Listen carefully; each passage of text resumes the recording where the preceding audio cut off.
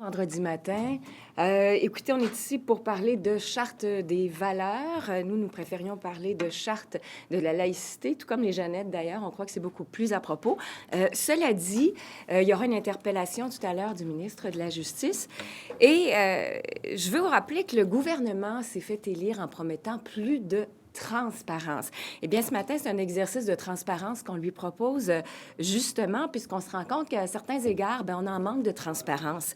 Alors, on dénonce aujourd'hui le manque de transparence du gouvernement qui refuse de publier les avis juridiques qu'il a commandés concernant cette charte des valeurs.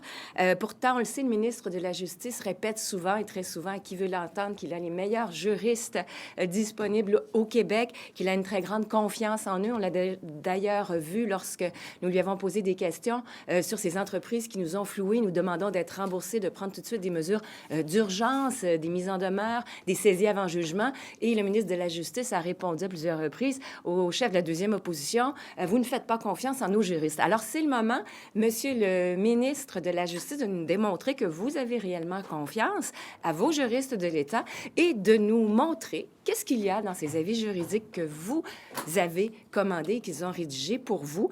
Je pense que toute la population, tous les citoyens pourraient profiter du contenu de ces avis juridiques. Ça pourrait nous éclairer grandement, éclairer la population, éclairer les citoyens, mais éclairer également les parlementaires qui auront éventuellement à travailler sur cette loi si un jour on la voit. Je vous rappelle que nous sommes le 1er novembre et qu'il n'y a toujours pas de charte, de projet de charte de déposer. Je vous rappelle que la semaine dernière, la Coalition Avenir Québec a déposé son propre projet de charte sur la laïcité.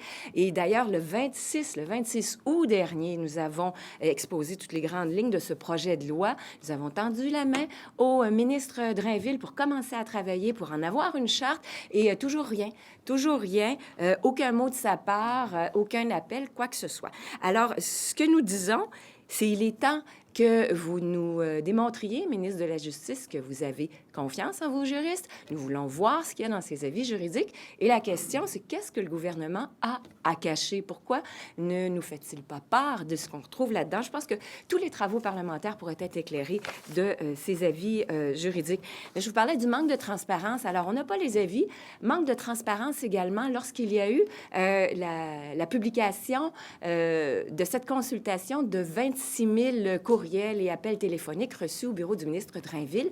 Bravo, bel exercice de consultation. Cependant, oubliez ça, savoir ce qu'il y avait d'écrit dans ces courriels ou encore dans ces appels téléphoniques, vous ne le saurez pas, nous ne le saurons pas. Je trouve ça dommage parce qu'il aurait été intéressant de voir et de lire ce que les gens ont eu à dire, mais ça, on n'y a pas accès. Alors, encore une fois, manque de transparence.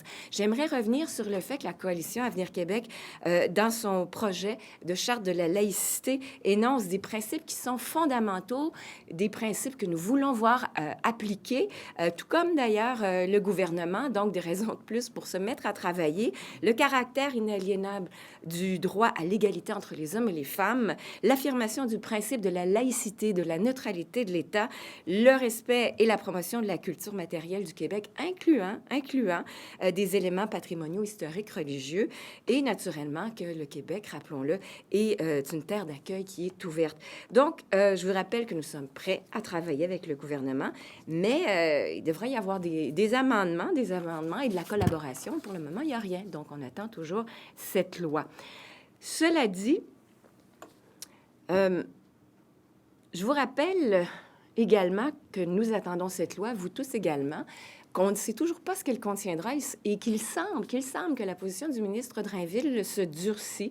On avait parlé au début d'une période de retrait, c'est-à-dire un droit de retrait pour les cégeps, les universités, les villes et tout le réseau de la santé.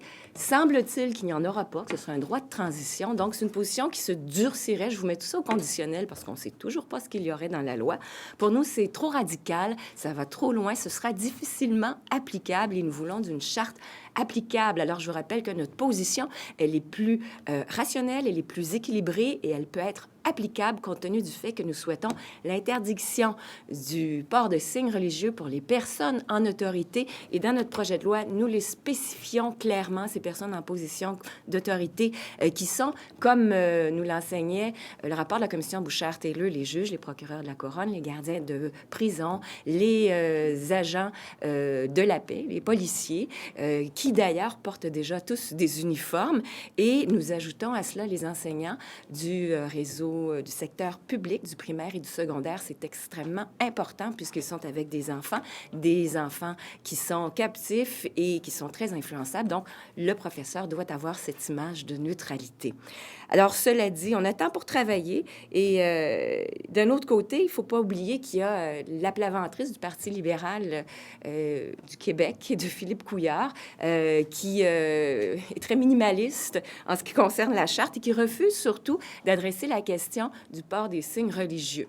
Alors, nous, on dit non. Effectivement, la population veut quelque chose, demande quelque chose, et il faut travailler là-dessus. Vous savez, lorsque j'ai étudié en droit il y a déjà 25 ans, les professeurs nous disaient, le droit, les lois sont toujours 10 ans en retard sur ce que la population souhaite. Alors, la population souhaite quelque chose, je pense qu'il faut les écouter et qu'il faut arriver avec une charte.